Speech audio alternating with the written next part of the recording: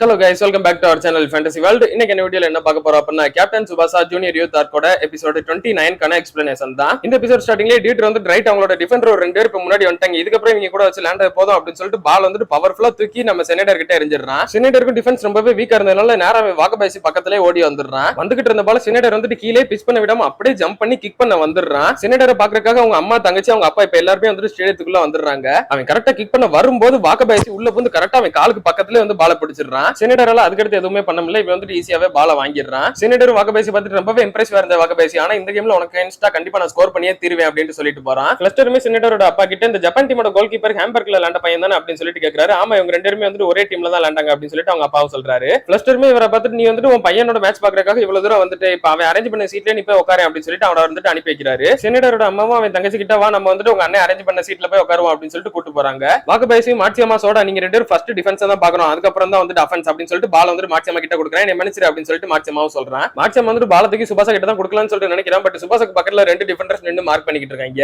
அதனால அவன் வந்து பாலத்துக்கு டாகசி கிட்ட கொடுக்குறான். டாகசி பக்கத்துல ரெண்டு டிஃபெண்டர்ஸ் ஓடி வந்தோடனே அவன் வந்து அவங்களுக்கு நடுவுல கூடி கேப்லயே வந்து சானோக்கு பாஸ் பண்ணிடுறான். சானோ அந்த பால் வந்து நேரா மிசகி கிட்ட கொடுத்துறான். மிசகி தான் இப்ப ட்ரிப்ளிங் பண்ணி கொண்டு வரான். மிசகி ரொம்ப தூரம் முன்னாடி வந்ததுக்கு அப்புறமா தான் சுபாஷா விட்டுட்டு அந்த ரெண்டு டிஃபெண்டர்ஸ் வந்துட்டு இவன் பக்கத்துல ஓடியே வராங்க. அவங்க மிசாகி பக்கத்துல வந்துகிட்டு இருக்கும்போது மிசாகி வந்து அவங்க ரெண்டு பேருக்கு நடுவுல கூடி பால் வந்துட்டு சுபாஷா கிட்ட பாஸ் பண்ணிடுறான். இப்ப சுபாஷாவும் பால ரிசீவ் பண்ணிட்டு ஜெர்மனி கோலுக்கு பக்கத்துல ரொம்ப ஃபாஸ்டா ஓடி வந்துகிட்டு இருக்கான். சுபாஷா கூடவே அவன் டீம்மேட்ஸ் எல்லாருமே கூட்டு தான் வந்துகிட்டு இருக்கான். இவனுக்கு அகைன்ஸ்டா இண்டிவிஜுவலா தான் நம்மளால ஸ்கோர் பண்ண முடியாது, ஆனா நம்ம டீம் இருந்தோம் அப்படின்னா கண்டிப்பா இவனுக்கு அகைன்ஸ்டா ஸ்கோர் பண்ண முடியும் அப்படின்னு சொல்றான். அப்போ ஒரு டிஃபெண்டர் முன்னாடி வரான். நேரா சுபாஷா மிசகி ரெண்டு பேரும் சூப்பரா ஒரு காம்பினேஷன் பிளேவை போட்டு முன்னாடி வந்துடுறாங்க.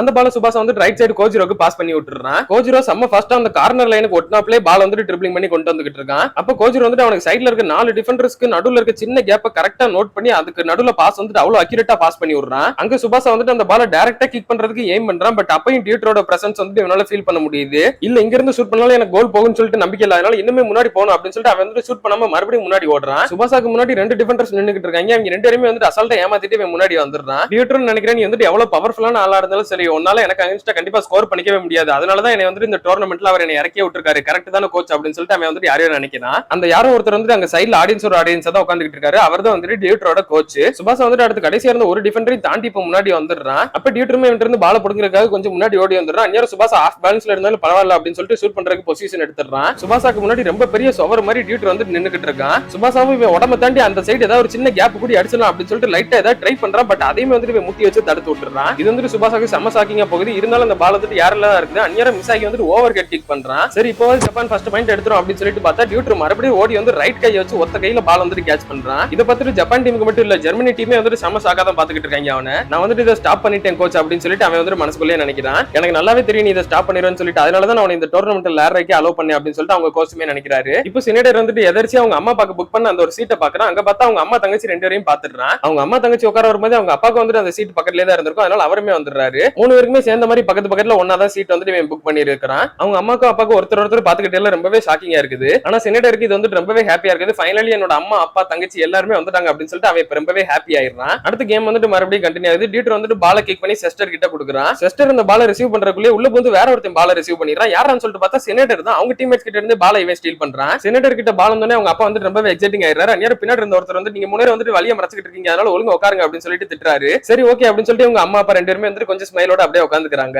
இப்போ செனேட்டர் வந்துட்டு பால தனியாவே முன்னாடி ட்ரிப்ளிங் பண்ணி கொண்டு வந்துட்டு இருக்க. என்னது செனேட்டர் மிட்ஃபீல்டரா செத்தோண்டா அப்படின்னு சொல்லிட்டு சுபாஷா மிசாகி ரெண்டு பேரும் வந்துட்டு அவன் பக்கத்துல வேகமா ஓடி போக பாக்குறாங்க. சுபாஷா மிசாகி ரெண்டு பேரும் இல்லாததுனால மீதி இருக்க ரெண்டு மிட்ஃபீல்டர் தான் வந்துட்டு இப்ப தடுத்தாகணும். அதனால சானோ டாகசி ரெண்டு பேருமே வந்துட்டு அவனை தடுக்கிறதுக்காக வராங்க. அவன் வந்துட்டு இவங்க ரெண்டு பேரும் தூசி மாதிரி தள்ளி விட்டு ரொம்பவே ஈஸியா முன்னாடி வந்துடுறான். நம்ம தான் வந்துட்டு இப்ப இவனை தடுத்தே ஆகணும் அப்படின்னு சொல்லிட்டு ஜப்பான் டீமோட டிஃபென்ஸ் எல்லாம் முன்னாடி வந்துகிட்டு இருக்காங்க. அப்ப மாட்சமாவும் யோசிக்கிறான் வாகபாய்சியோட ரிப்போர்ட்ல நம்ம செனேட்டரை பத்தி எதுவுமே இல்ல, செனேட்டருக்கு வந்து வீக்னஸே இல்ல அப்படின்னு சொல்லிட்டு அவன் சொல்லியிருந்தான். அப்புறம் நம்ம வந்து எப்படி தடுக்க போறோம் அப்படின்னு சொல்லிட்டு மாட்சமா ஒன்னும் புரியாம தான் போறான். அப்ப சோடா வந்து நான் முன்னாடி போறேன், நீ வந்து எனக்கு பேக்கப் ஆயிரு அப்படின்னு சொல்லிட்டு மாட்சமா பின்னாடி தள்ளிட்டு இவன் முன்னாடி ஓடி வரான். செனேட்டருக்கு அகைன்ஸ்டா சோடா வந்துட்டு அவனோட ரேசர் அட்டாக்ல யூஸ் பண்றான். இருந்தாலும் அதுல இருந்து செனேட்டர் வந்துட்டு டாச் பண்ணி ஜம்ப் பண்ணிடுறான். அவன் ஜம்ப் பண்ணதை யூஸ் பண்ணி மாட்சமா வந்துட்டு ஏர்லயே பால ஸ்டீல் பண்ணிடலாம் அப்படின்னு சொல்லிட்டு இவன் ஏர்ல கரெக்டா ஜம்ப் பண்றான். ஆனா செனேட்டர் வந்துட்டு அந்நியாரம் இவனோட ரெண்டு காலையுமே யூஸ் பண்ணி அவனோட பிளாக்ல இருந்து தப்பிச்சிடுறான். மாட்சமா ஒரு கால வச்சு தான் தடுக்கிறான். இவன் ரெண்டு கால வச்சு பிளாக் பண்ணி இவனோட ஃபோர்ஸ் மூலமா பால் வந்துட்டு இவன் கரெக்டா கொண்டு வந்துடுறான். அப்படியே பாலோட கீழே லேண்ட் ஆன மறு செகண்ட் செனேட்டர் வந்துட்டு ஷூட்டிங் பொசிஷன் எடுத்துறான். அவன் பெனல்டி ஏரியாக்கு கொஞ்சம் வெளியே தான் நின்னுட்டு இருக்கான். அந்நியாரம் ஜீட்டோ இசிசாகி ரெண்டு பேருமே வந்துட்டு அவனை தடுக்கிறதுக்காக வராங்க. பட் அதுக்குள்ள இவன் வந்துட்டு அவனோட ஃபயர் ஷாட்டை ஷூட் பண்றான். அந்த ஃபயர் ஷாட் வந்துட்டு கரெக்டா ஜீட்டோ இசிசாகி ரெண்டு பேருக்கும் ரொம்பவே க்ளோஸா தான் மூஞ்ச ஒட்டுனாப்ல போய்கிட்டு இருக்கு.